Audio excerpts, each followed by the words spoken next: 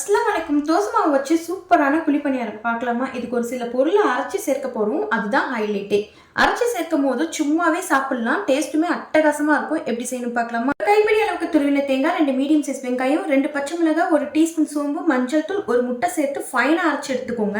இது கூட தோசை மாவு பேட்டரை சேர்த்து நல்லா மிக்ஸ் பண்ணிக்கோங்க. இது அரைக்கிறது மட்டும் இல்லை, இதுக்கு ஒரு தாளிப்பும் கொடுக்கணும். கடுகு, சின்ன வெங்காயம் போட்டு தாளிச்சுட்டு மல்லித்தலை, கருவேப்பிலை கண்டிப்பா இந்த மாதிரி குட்டி குட்டியா கட் பண்ணி சேர்த்துக்கோங்க. கருவேப்பிலையை தாளிக்கிறத விட இந்த மாதிரி குட்டி குட்டியா கட் பண்ணி சேர்க்கும் போது டேஸ்ட்டும் மனமும் நம்மளை எங்கேயோ தூக்கிட்டு போயிடும். பேட்டர் நல்லா மிக்ஸ் பண்ணிட்டு குழிப்பணியார சட்டியில பட்டும் படமும் எண்ணெய் சேர்த்துக்கோங்க. பேட்டர் ஒவ்வொரு குழியிலும் ஊத்திக்கோங்க. இப்போ லோ ஃப்ளேம்ல வச்சு குக் பண்ணி எடுத்துக்கோங்க. ஹை ஃப்ளேம்ல வச்சீங்கன்னா மேல நல்லா கலர் சேஞ்ச் ஆகும், உள்ள குக் ஆகாம போயிடும். இப்போ லோ ஃப்ளேம்ல வச்சு ஒரு சைடு குக் ஆகும்போது ஃபிளிப் பண்ணி போட்டுக்கோங்க. இப்போ 2 சைடு அழகான கோல்டன் வித் yellowish கலர்ல வந்த உடனே எடுத்துக்கோங்க. சூப்பரான குழிப்பணியாரம் ரெடி. குழிப்பணியாரம் பண்ணியாச்சு. இதை மட்டும் எப்படி தனியா விடுறது? இதுக்கு காம்பினேஷன் ஒரு சட்னியும் பண்ணிடலாமா? 4 மீடியம் சைஸ் வெங்காயம், கருவேப்பிலை, தக்காளி, பூண்டு, காஷ்மீரி மிளகாய் எடுத்துக்கோங்க. எல்லாம் 1 by 1 சேர்த்து நல்லா வதக்கி விட்டு ஃபைனா அரைச்சி எடுத்துக்கோங்க. லாஸ்டா கடுகு, கருவேப்பிலை போட்டு தாளிச்சு சேர்த்தீங்கன்னா சூப்பர் டூப்பரான குழிப்பணியாரம் வித் சட்னி ரெடி. பார்க்கறதுக்கு கலர்ஃபுல்லா மட்டும் இல்ல, டேஸ்ட்டுமே வேற லெவல்ல இருக்கும். கண்டிப்பா மிஸ் பண்ணிடாதீங்க. கண்டிப்பா உங்களுக்கு பிடிக்கும். பிடிச்சிருந்தா லைக் பண்ணுங்க. மறக்காம ஷாஸ் கிச்சனை சப்ஸ்கிரைப் பண்ணிக்கோங்க.